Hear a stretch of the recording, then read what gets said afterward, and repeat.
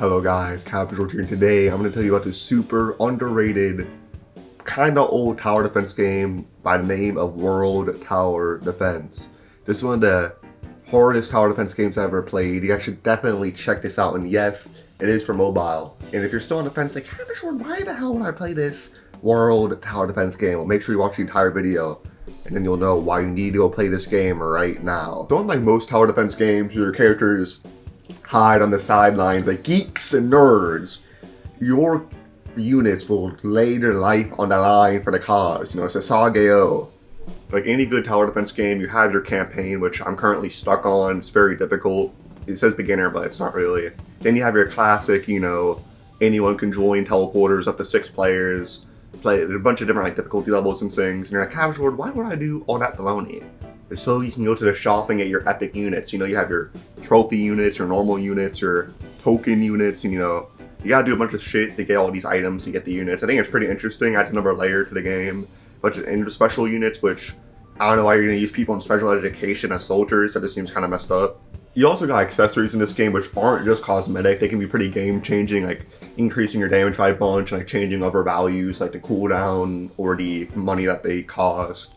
There's a lot of different, and you can also get faces, which, you know, you can be like a cat person, you can be smirking, you can be frowning, depressed, like any emotion that you have, there's a face in this game for it. It's pretty amazing. Now I could read to you how there's a bunch of different types of units, like moving units, hybrid units, stationary units. I could read you about all the different enemies types, but this is 2023. Who knows how to read anymore? That is for losers. So, you know, they got a bunch of different types and stuff. I'd rather just show you with this epic gameplay. So this is my setup right now. You know, any tower defense game, you can set up like the way your enemies attack the enemy, like, you know, what order they do it, like strongest or closest to base. Then the leveling up is a little bit unique in this game. Instead of like clicking on your unit to level them up, you actually, let's like level up the unit.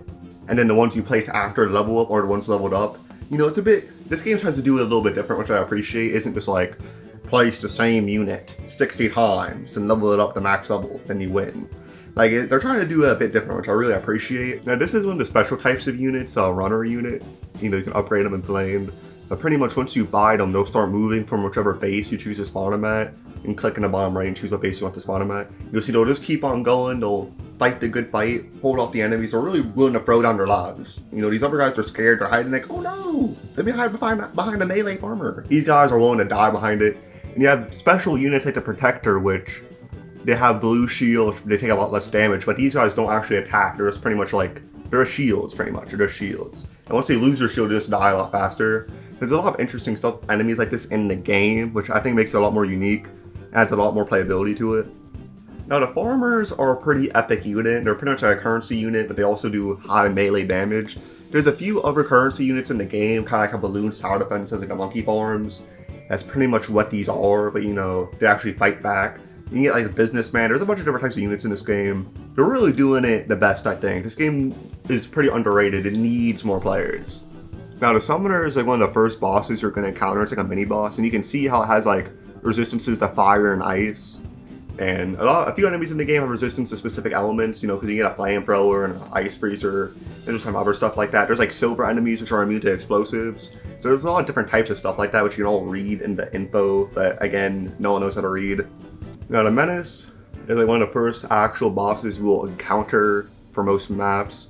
He's very scary. He has a resistance to a bunch of different stuff. Let's see if I can defeat him. So you see pretty much like 1 to 2 shots every single unit. He is a boss. He pretty much slaughters everyone. And playing this solo on medium level is pretty difficult to beat him. He's trying to mess you up. He's just beating up all my units.